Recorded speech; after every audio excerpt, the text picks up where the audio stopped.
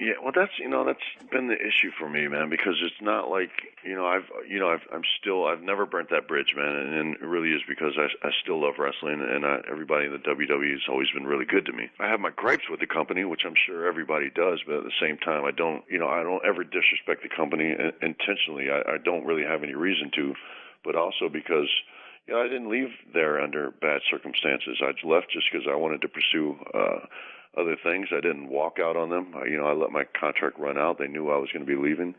So I did business the right way, and I'm really thankful that I did.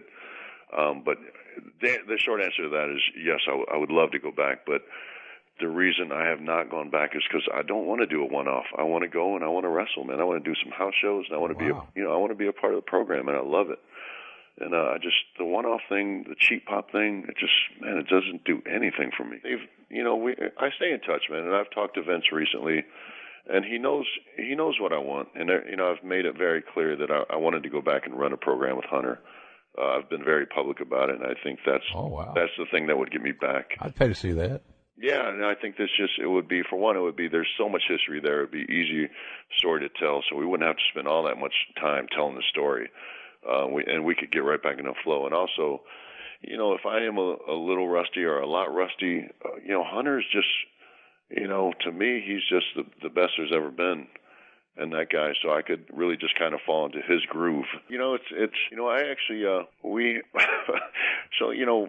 last time I went back, they didn't really, there was certain weeks where they just had no idea what they wanted to do with me. That was just back. They didn't have a plan. So they actually had Diggler or Ziggler tweet out something like calling me out one night. And that was how they built the program, which I was not happy about. But we threw together a match. But yeah, that's just such a waste of time, man. That's just you're not telling a story, man. When it came time to argue with Vince, which, sometimes I did, and I pissed him off a lot. I pissed him off to the point where he actually said to me one day, he said, "You know what I want to do right now?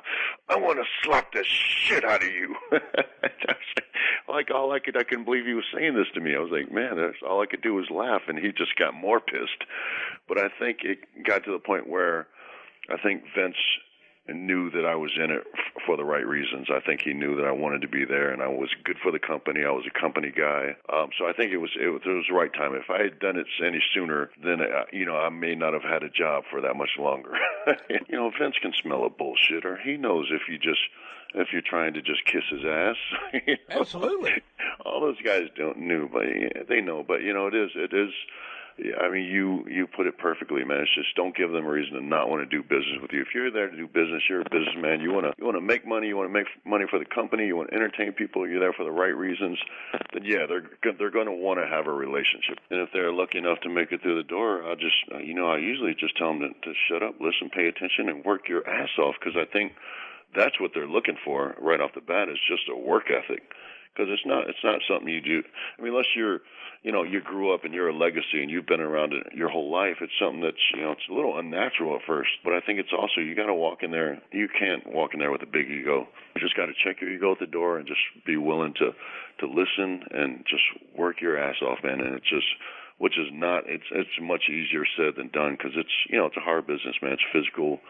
And those first few months of training they're a nightmare. Yeah, soreness and all that stuff. And look, it's all done by design. They know what they're doing. Yeah, and you're not getting, you're not calling in sick. No. You call in sick, you're just, go home, just pack your bags. You're coming to work, you're beat up, you're hurting, you're in pain, but so is everybody else.